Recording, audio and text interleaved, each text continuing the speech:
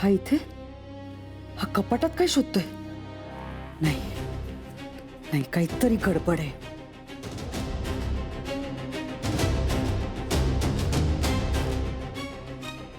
अथर्व, काय शोधतोयस? आई ते लहानपणीचे फोटो शोधतो. इकडेच ठेवले होते ना बाबांनी. हो. अगं पण ते सापडत नाहीयेत. कोणाचा कोणाचा फोटो शोधतोयस तू? आईचे. माझा फोटो का शोधतोयस तू अथर्व?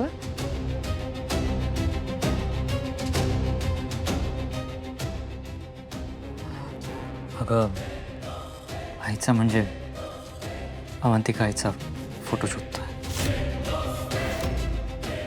अवंतिकाचा? याला अचानक याची आई कशी आठवली? अवंतिका ताईंचा फोटो का हवाय तुला? आई असं काही स्पेसिफिक कारण नाही आहे. मला अचानक तिची आठवण आली, सो म्हटलं एकदा पाहावं. अशी अशी अचानक आठवण आली म्हणून इतकी शोधाशोध? असं नाही आई. मागे बाबा पण एकदा अनन्याला म्हणाले होते की इकडे फोटोज ठेवलेत त्यांनी. अजून काहीच नाही. हो अथर्व, इथेच होते, पण मी आणि दादासाहेबांनी ते काढून टाकले. का? हे बघा अथर्व, काही आठवणी विसरणंच योग्य असतं.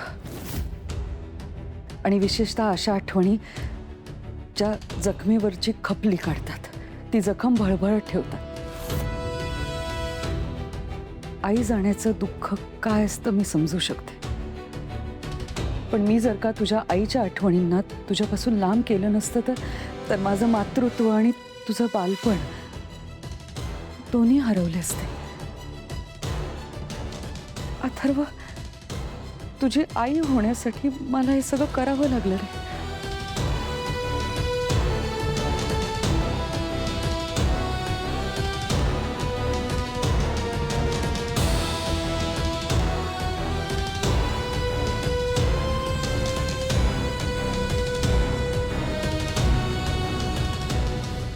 आई अवंतिका आई जेव्हा बाल्कनीतून पडली तेव्हा तू कुठे होतीस?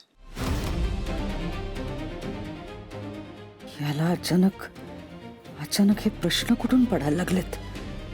हा काही जाणून घ्यायचा प्रयत्न करतोय का? आई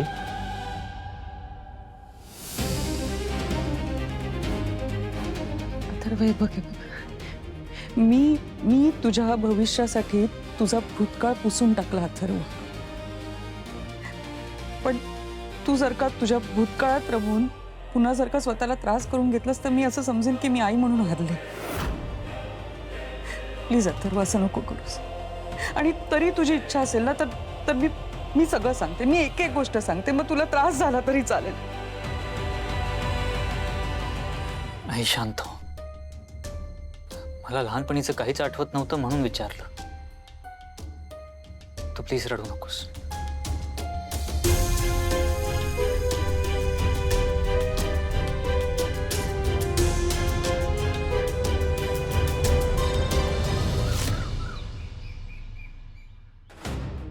मीरा, पुढे काय करायचं ठरवलंयस? काय प्लॅन आहे तुझा? विचार करते, वेळ आली की सांगेन. माझ्याकडे एक कमाल न्यूज आहे. मी आता मंजेला उल्लू बनवून आले. काय काय केलंस? सांगते. मी मंजिरीला असं सांगितलं की तुम्ही आणि मीराने तिच्या विरोधात एक खूप मोठा प्लॅन रचलाय. तू काय वेडी आहेस का? असं कोण खरं खरं सांगतं? सासूबाई प्लीज तुम्ही रिलॅक्स. माझ्यावर विश्वास ठेवा. मी तिला असं सांगितलं की तुम्ही दोघींनी एका मांत्रिकाला अपॉइंट केलंय तिच्या विरोधात काहीतरी करण्यासाठी. मांत्रिक? काय उपयोग त्या मांत्रिकाला बोलून? पळून जातात ते. म्हणजे म्हणजे काही नाही. म्हणजे काही नाही, ते महत्वाचं नाहीये. महत्वाचं हे आहे की मी मंजिरीला ऑलरेडी तुम्ही दोघी एका मांत्रिकाला अपॉइंट करताय असं सांगितलंय. त्यामुळे आता ती मांत्रिकाच्या विचारांमध्ये बिझी आहे. तोपर्यंत आपण आपला प्लॅन एक्झिक्यूट करू शकतो. वा वा वा, काय हुशार आहेस माया. मीरा, तू या दोघींवर फार विश्वास ठेवू नकोस. आपलं जे ठरलंय ते यांना सांग. अगं नुसतंच हो काय म्हणालीस. प्लॅन काय आहे तो सांग ना. ऐका, हां, मी माझ्या परीने जे करते तेच सुरू ठेवणार आहे. म्हणजे काय सुरू ठेवणार आहेस. म्हणजे सगळंच आलं त्यात, तुमची विल सुद्धा. Okay okay. त्याबरोबरच आपल्याला वेदाच्या बाबांच्या मनात मंजिरी विरुद्ध संशय वाढवावा लागेल. तो कसा. त्यासाठी एक गोष्ट घडायला हवी आणि ती गोष्ट तुलाच करावी लागेल माया.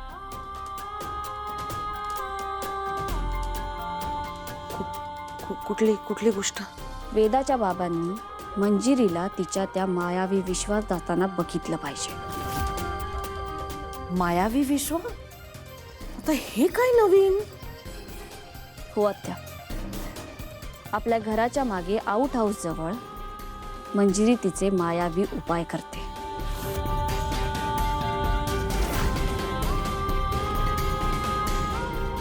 तिथेच तिचं मायावी विश्व आहे. मायाला तर माहीतच असेल. हां,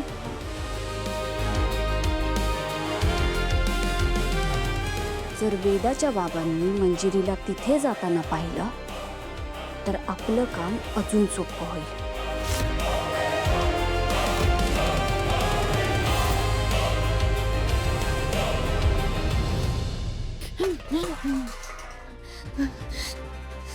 काय चाललंय सगळं. काय चाललंय. अथर्वच्या डोक्यात हे सगळे प्रश्न काय यायला लागलेत. नाही नाही, तो माझा गुलाम आहे, माझा प्यादा आहे ते. पण त्याच्या मनात त्याच्या आईबद्दलचे प्रश्न का निर्माण झाले.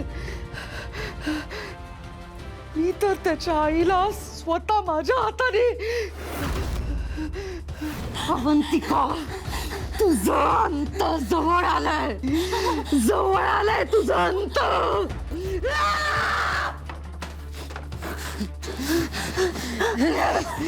अवंतिका, माझं ध्येय पूर्ण करण्यासाठी तुझा अंत होणं गरजेचं आहे, गरजेचं आहे.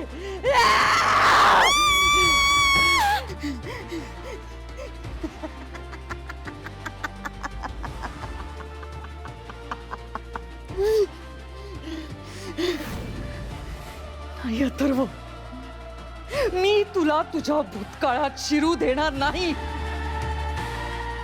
आणि जर का तुझा अट्टहास असेलच आणि त्या मीराने जर का तुला प्रवृत्त केलंच तर मला माफ कर बाळा. पण मला तुझाही जीव घ्यायला लागेल.